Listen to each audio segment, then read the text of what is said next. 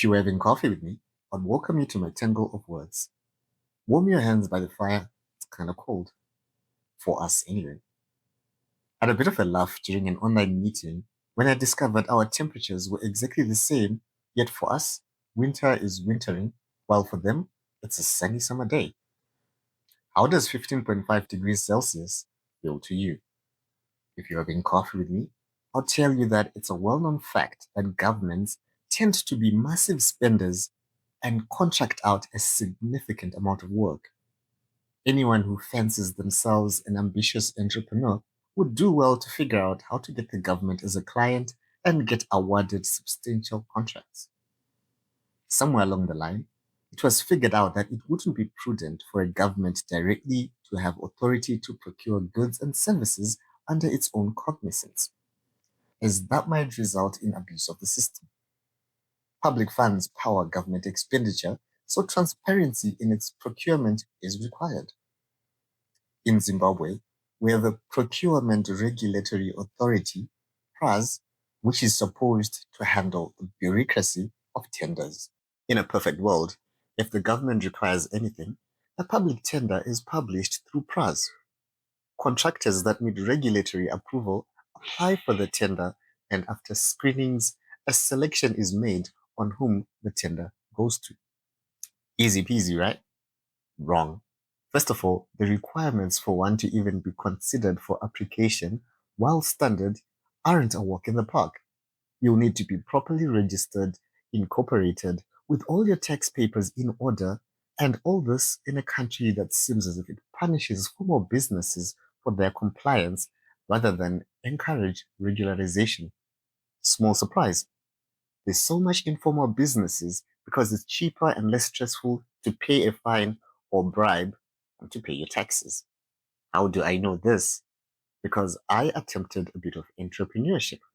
Set up an entity, hoping to also get a small bite on a piece of this pie, which for others seems to be a gift that keeps giving.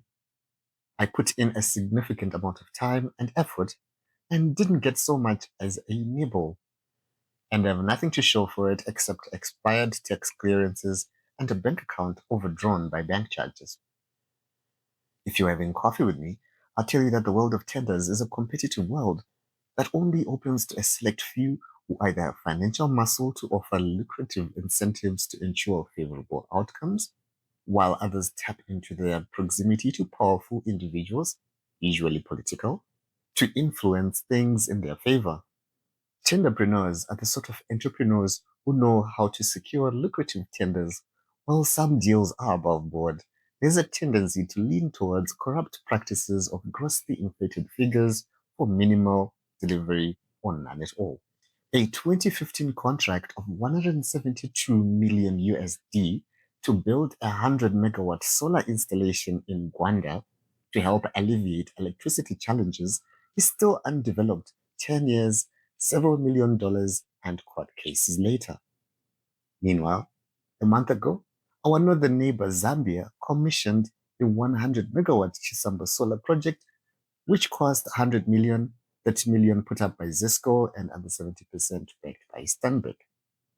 Meanwhile, here, the finance minister couldn't give a comprehensive explanation of how our flagship, Shababalas interchange, that was projected to cost 85 million, gobbled up 114 million, comprising of 26 million from the IMF special drawing rights and 88 million loans from private contractors. At least it's complete, and it's too late to think about how that budget could have better served the people, for example, towards our dire state of health services.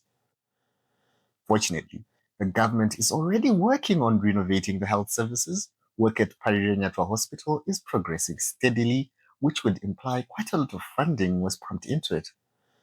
I suspect it might be a little bit too much, and to justify expenditure, they're now adding some unnecessary features. I mean, if they were installing a swimming pool for the physiotherapy and rehabilitation wing, I might understand. But for the stuff, I don't know. Feels like a mixture of aesthetics and posturing and for practical reasons, given the previous water challenges. If you're having coffee with me, I'll tell you that a fire broke out at your furniture home industry complex in Glenview Area 8. It's strange that fires happen there almost every year. You would think that by now they would have put things in place to make sure that a fire doesn't cause excessive damage unless there's something going on behind the scenes. Some say it's insurance fraud. Others claim it's a deliberate attempt to keep the industry from going, as it's been cited as a contributor to a lot of free funds in circulation and fueling the black market. The incident was declared a national disaster and a new complex to be built starting in September. It won't take a genius to predict that there is a sizable tender to build a modern SME complex with proper infrastructure. Were I a conspiracy theorist, I'd postulate that a lifestyle audit of whoever got that contract might prove illuminating. If you're having coffee with me, I'll tell you that in October 2024, a fire broke out at Mbare Traders Market with the incident declared a national disaster. The area was rebuilt as Mbare Msika Market Hub, a state-of-the-art vending area, which is quite a pretty cool upgrade. But word on the street is that the rentals for the stalls there are beyond the reach of the ordinary vendor, and it's fast becoming a white elephant. Yeah, sometimes it feels like the government isn't in touch with what people really need beyond being targets to better squeeze taxes out of. Anyway, what's been going on in your neck of the woods?